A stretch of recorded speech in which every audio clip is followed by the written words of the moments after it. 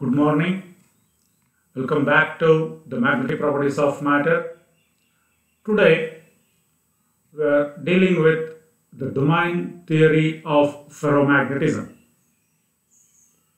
Ferromagnetism. So we are considering just ferromagnetic materials, and we are dealing with the magnetic properties of these materials, and the properties of these ferromagnetic materials are now explained based on the domain theory proposed by Weiss. So according to him, a virgin ferromagnetic material in its pure form consists of a large number of regions, and each region is called a domain, and each domain is spontaneously magnetized. If we consider a ferromagnetic material in the absence of magnetic field, the second figure shows the orientation of domains. Orientation of the spins of ferromagnetic material, and each boundary represents a domain or block. The small region within which all spin magnetic moments are aligned in a particular direction is called domain. In each region of space, the orientation of magnetic dipoles is different. And therefore, in the absence of external magnetic field, the net dipole moment is zero because of random orientations. And first figure represents the orientation of domains, the orientation of magnetic dipoles in the absence of external magnetic field, that too in case of non-magnetic material. Since it is non-magnetic material, there are no domains, there are no boundaries. We have a large number of boundaries. In each region of space, the orientation is different. From one region to the other region, the orientation of magnetic dipoles changes, because of which the net dipole moment becomes zero. A smallest region in which there is an alignment of spin in one direction is called ferromagnetic material. That's what I have just explained you. Now, each domain will act as a single magnetic dipole. Each domain, each region of space where the magnetic dipoles are oriented in a particular direction is called a magnetic dipole. Right? As I have just explained, the net magnetization is zero in the absence of external magnetic field because of random orientation. If we apply a small magnetic field,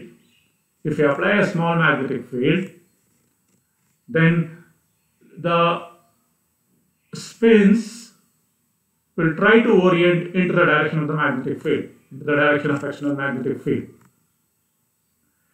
Each domain, in this figure we have 4 domains, and each domain is separated by an imaginary line or boundary that we call it as a block or domain wall. Block or domain wall is an imaginary line separating the magnetic dipoles of different orientations. And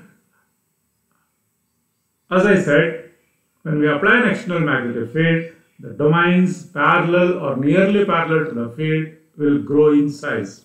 So in the first figure, there is no field, there is no external field, and therefore the domains are of nearly same size. In the second case, in the second figure, as I have applied the field, because of the external magnetic field, the number of magnetic dipoles in the direction of the field will be increased, and therefore the size of the region has been increased, whereas the size of the other regions has been decreased. If we apply a strong external magnetic field, more and more number of dipoles will align in its direction, and therefore the specimen is said to be magnetized. At a particular strong magnetic field, all the dipoles will be aligned in the direction of the magnetic field. The specimen is then said to be magnetized, or the ferromagnetic material is said to be magnetized. Now, coming to the domain theory of experimental verification of this domain theory. And this domain concept was experimentally verified by a technique known as magnetic powder pattern technique developed by Bitter. In this particular technique, we will have a colloidal solution of magnetic material, and that solution is sprayed on the surface of a ferromagnetic material which is under study. Since near the boundaries very strong magnetic field exists, therefore the suspended particles are attracted about the well-defined lines which represent the boundaries between the domains. The movement of these domain walls in an external magnetic field can be observed by making use of a high resolution microscope. During the growth of domains, the internal energy is due to the net contribution of magnetostriction anisotropy, domain wall, and magnetostriction energies. These three contribute to the internal energy, because of which the domains will grow in size.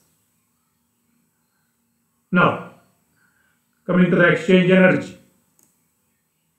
It makes the adjacent dipoles align themselves, and this exchange energy arises from the interaction of electron spins. Exchange energy depends on the interatomic distances. Exchange energy is required in assembling the atomic magnets into single domain, and this exchange energy is the work done, and this work done is stored as potential energy. The work done in assembling the atomic magnets into single domain is stored as potential energy, and the volume of the domain in ferromagnetic material varies from 10 power minus 2 to 10 power minus 6 cubic centimeter. Coming to the anisotropy energy, the magnetic energy required to magnetize the crystal is a function of crystal direction.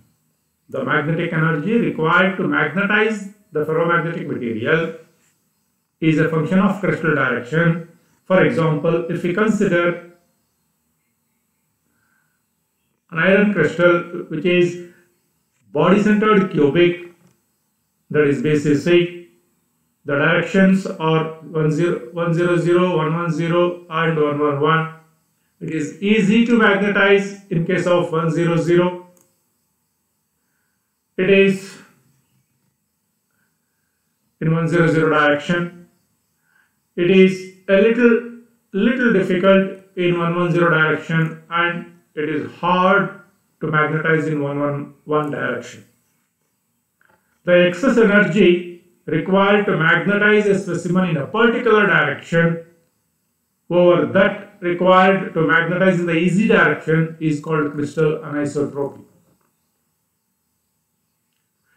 In the direction of 100, it can be easily magnetized, whereas for other directions it requires excess energy to magnetize, and therefore the excess energy required to magnetize a specimen in a particular direction, that is either in 110 or 111 directions, over that required to magnetize in 100 direction is called the crystal anisotropy energy.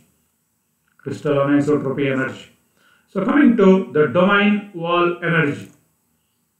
A thin region that separates domains magnetized in different directions is called domain wall, or also known as block, BLOCH. The electron spin changes gradually from if we go from one domain to other domain of different orientation. In each domain, the orientations of electron spins will be different in the absence of external magnetic field. The exchange energy is lower when the change is gradual. The exchange energy is less if the change of the orientation of the magnetic dipoles is gradual. So coming to magnetostriction energy. The change in the direction of ferromagnetic material when it is magnetized is called magnetostriction. The change in the direction of ferromagnetic material when it is magnetized is called magnetostriction. When the ferromagnetic material is subjected to an external magnetic field, as we know, the domain size increases parallel to the field and decreases in all other directions, as I have explained by looking at the figures in the previous slides. Thus, the material length increases because of the external field. Magnetostriction constant, represented by the symbol lambda, reaches saturation when the field reaches saturation. And the condition is called saturation strength. And it is represented by the ratio of change in length to the original length. Change in length to the original length. Thank you.